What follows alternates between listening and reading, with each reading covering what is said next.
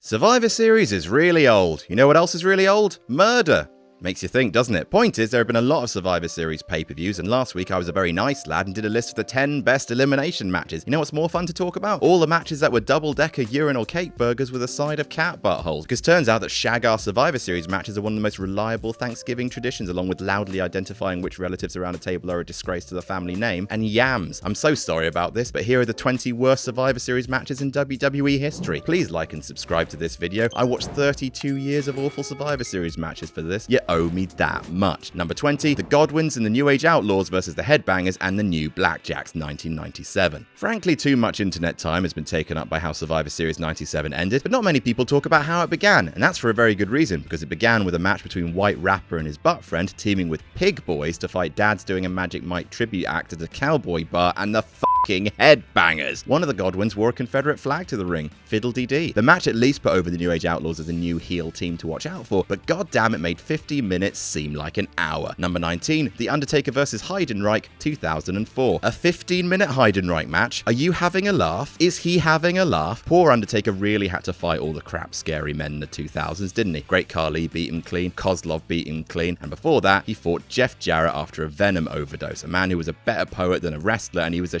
poet. 15 minutes of pure boredom, with WWE experimenting to see if tall meat boy Heidenreich had more grace and mobility than a pig on a skateboard, and he didn't. Number 18, The Disciples of the Apocalypse versus the Truth Commission, 1997. This match was nothing really. Two factions that weren't over having a boring match designed to get over the interrogator who'd go on to become Kurgan. Remember him. But the whole affair is just so gross. Like, I know the 90s were a problematic time, but you got guys out here pretending to be post-apartheid commandos who are for some reason led by a cult leader who we know is supposed to be a parody of David Koresh because commentary keep telling us he is. Hey, remember Waco, winks WWE. They're fighting against DOA, a team with actual neo-Nazis on it in the form of the Harris brothers, who have actual SS tattoos on their arms on full display. Those tattoos do not stand for Survivor Series. Ugly stuff. Number 17, The Hart Family versus Shawn Michaels and his Knights, 1993. Actually a pretty important match from a storyline perspective. This match is what kicked off the all-time great Bret Hart versus Owen Hart feud of 94, but it was also a long, plodding, confusing match seeing HBK randomly team up with 3 Baron Blades from 2K19. It was supposed to be Jerry Lawler because, you know, King, Knight, also been feuding with Bret Hart since King of the Ring. But with Lawler being removed at the last minute thanks to legal troubles, Michaels subbed in. What happened after it was great, but this was a match with Bruce Hart involved that went half an hour. As Mania 26 proved, Bruce Hart matches are never okay. Not even once. Number 16, Trish Stratus vs. Lita, 2004. Trish vs. Lita is one of the all-time great women's feuds in WWE history. This match will not feature on many highlight reels though, because it came off a Rancid angle where Trish mocked Lita for losing her baby. The match was supposed to be a white-hot brawl that quickly got out of control, drew a DQ finish and whetted the fans' appetite for a rematch. Instead, it was a minute of awkward, heatless punching from Lita, who looked like she hated everything that was happening. The crowds didn't care for the whole, you know, miscarriage thing, and it ended in a minute and a half. It set up their historic Raw main event, but nothing else about this match holds up looking back. Number 15, a bunch of mid-carders versus the world's worst Survivor Series team, 1999. Big Boss Man, Mideon, Viscera and Prince Albert lost a 4-on-1 handicap match to the Big Show at Survivor Series 99, and they still weren't the worst team on the show. That would be British Bulldog during his brief man-in-jeans final run with the company, and the fucking Mean Street Posse. What would happen if a terrible improv group took suggestions for a scene, and a suggestion was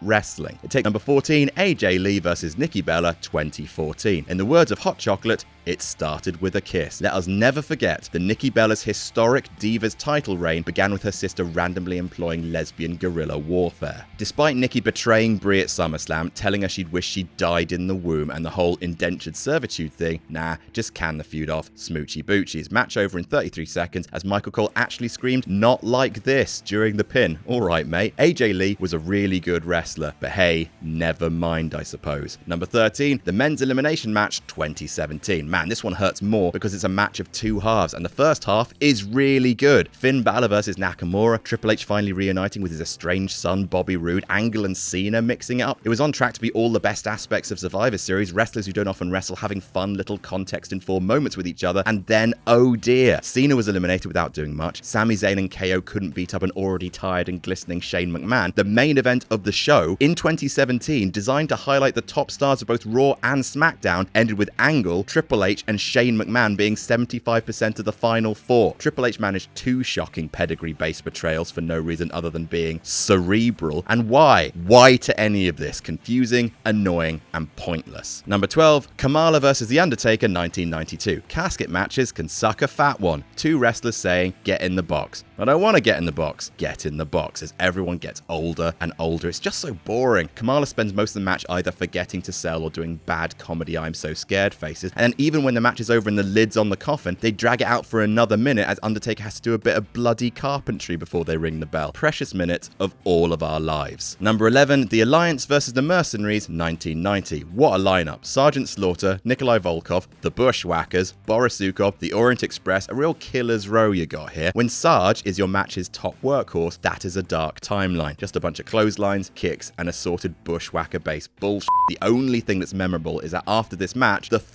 egg hatches. The Alliance vs. the Mercenaries is the final memory of a pre-gobbledygooker WWE. It was a better time. Number 10, AOP vs. The Bar 2018. The Authors of Pain versus Sheamus and Cesaro sounds like a dream Hossfest on paper. Give them 15 minutes to knock 7 layers of paint off each other, call it a day. However, because that would be too simple, WWE instead chose to throw the Big Show in there for some reason as the Bar's, I want to say, dad. Have the whole thing go under 10 minutes, with a significant number of those minutes being dedicated to the only actual spot in the match, Drake Maverick pissing himself. I just don't know.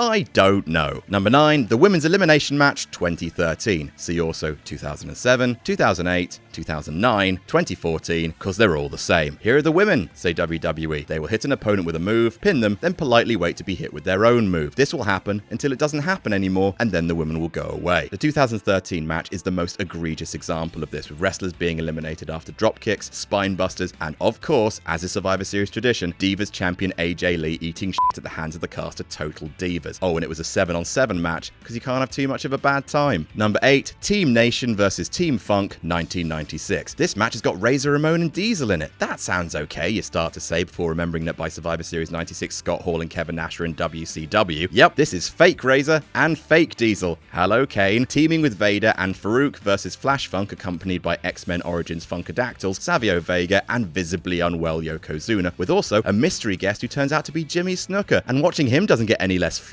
chilling. There's a bunch of heatless back and forth, 2 eliminations happen before a brawl breaks out, and the referee says what we're all thinking and just disqualifies everyone. Sod it. Wretched stuff. Number 7, The Big Show vs. Randy Orton 2013. Remember when WWE thought that the yes chant was over, not Daniel Bryan, so they tried transferring it to The Big Show and put him in the main event of Survivor Series? If you do, you'll probably also remember the crowd had none of it, rejecting the slow, awkward affair. And the parts of this match that didn't take place in awkward silence, the fans pelted both wrestlers with boos and chants of Daniel Bryan. From the awkward musical interference from the Authority to the awkward punt, the whole match just felt wrong and was another crucial stepping stone on the fans' journey towards forcing Daniel Bryan into the main event of WrestleMania 30. Number 6, Vladimir Kozlov vs. Triple H vs. Edge 2008. The booking of this match is so weird. It was originally supposed to be a triple threat between Kozlov, Triple H, and Jeff Hardy, but earlier in the pay-per-view, it was revealed that Jeff was found unconscious and everyone treated it as deadly serious before announcing it would now be a one-on-one match between Kozlov and Triple H. Then they played the video package before the match, hyping it as a triple threat again, and how much everyone loves Jeff Hardy. So now everyone who's bought a ticket is either concerned for Jeff or pissed off, meaning that Triple H and Kozlov could have popped off like Savage and Steamboat. They didn't, and the crowd still would have shit on it, and boy, they did, chanting boring and Jeff Hardy's name until, wait a minute, he's here, it's Edge, who arrives mid-match and wins, even removing the shadiness of selling a show partly on a match they knew wouldn't deliver. Just, wrestling's a crowd sport. How do you not know that this crowd, if you treat them like this, would react badly? Number 5, The Great Khali vs. Hornswoggle 2007.